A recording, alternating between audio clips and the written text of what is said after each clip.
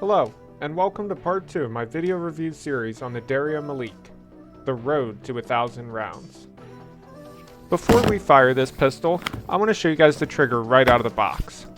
The double action pull is long and heavy, but mostly smooth.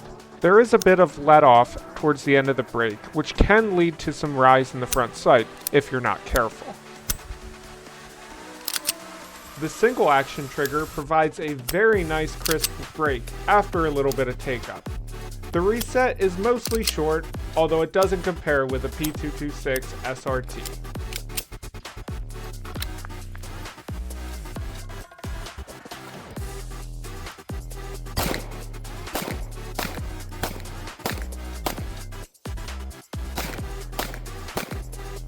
After fumbling with the holster a bit, I pulled my first double action shot. Fortunately, the crispy single action trigger allowed me to get nice A-zone hits with all the following shots. Here, I was attempting to manipulate the safety coming out of the holster with mixed results.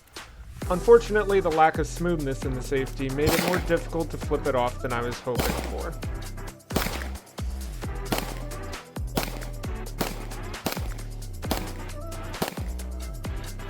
It was here on the second magazine that I experienced my first malfunction.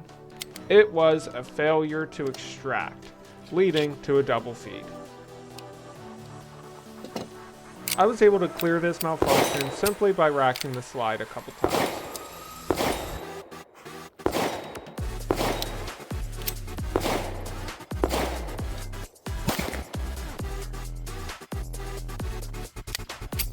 Unloading the second magazine, I accidentally engaged the safety while racking the slide. I've heard a lot of people discuss this problem with the 92 series online, and I was skeptical whether it was a real issue or not. After experiencing it myself, I can understand why people complain about the slide-mounted safety. Unfortunately, the second magazine also brought with it the second malfunction. This one was identical to the last one, but I elected to pull the shell casings out with my finger instead of the slide. When I inspected the case, I didn't see any notable damage to the rim, so I started to worry about why this casing failed to extract.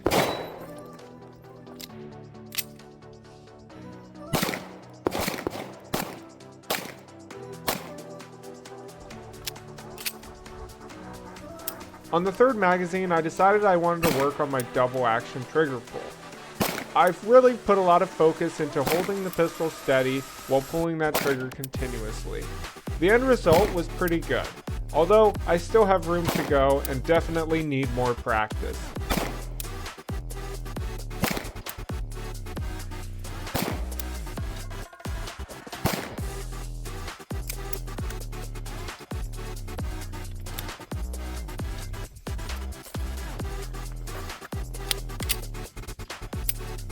Next, I wanted to practice some target transitioning. The contrasting red front sight post really helped me pick up a confident aiming zone when transitioning from one area to the other.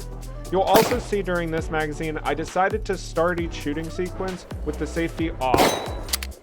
This malfunction was a partial extraction, but far from a full extraction.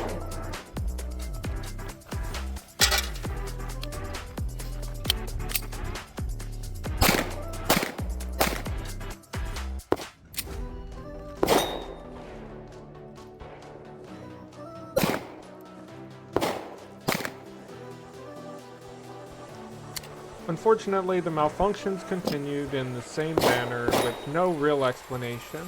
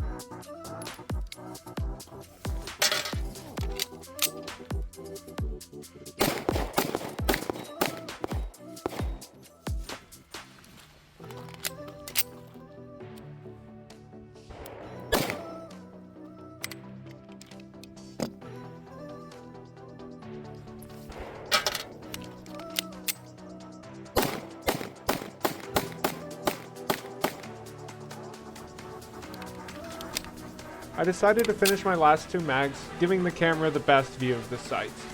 I hope you guys can see how nicely the red front picks up in contrast to the white rear. This really is a great set of sights, especially for a budget handgun.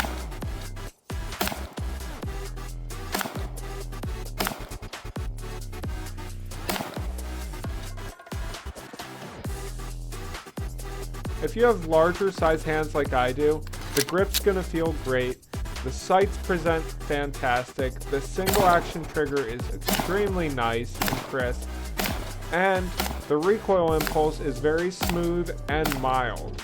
If it wasn't for the malfunctions, this would have been one of the best first range trips I've had with almost any gun. After getting back home, I decided I was going to get to the bottom of this extractor issue. I started by disassembling the extractor assembly and removing the extractor spring.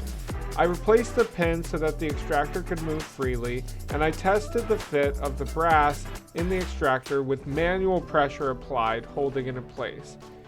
In this circumstance, it appeared to be holding the brass pretty solidly. This started to make me wonder if the extractor was really a problem part or not.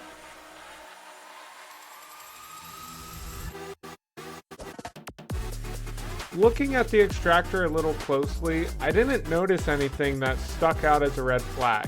To me, the part looked normal, it looked within spec visually, and it seemed to have a good grab on the brass.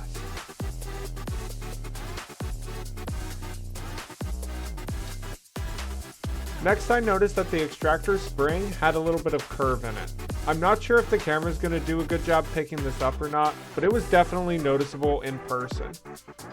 After cleaning out the extractor assembly a little bit, I decided I'd put the pistol back together and test the extractor's grab on some empty brass. Of note, the extractor on the Melik pistol does not have any red paint to indicate a loaded chamber. This feature is commonly found on Berettas, but not on the Melik. After reassembly, my tests with empty brass seemed to be a little more successful than they were before the firing test. I did perform a similar test a couple nights ago before the range trip, and the results didn't seem as positive on the extraction as they did now. I'm hoping that I did clear the malfunction. At this point, my gut is telling me that there was just some type of foreign material inside the extractor assembly. Now that I've taken it apart and cleared it, it seems to be functioning better than it was beforehand. Of course, I'm going to take this out to the range again soon, so make sure you join me for part 3.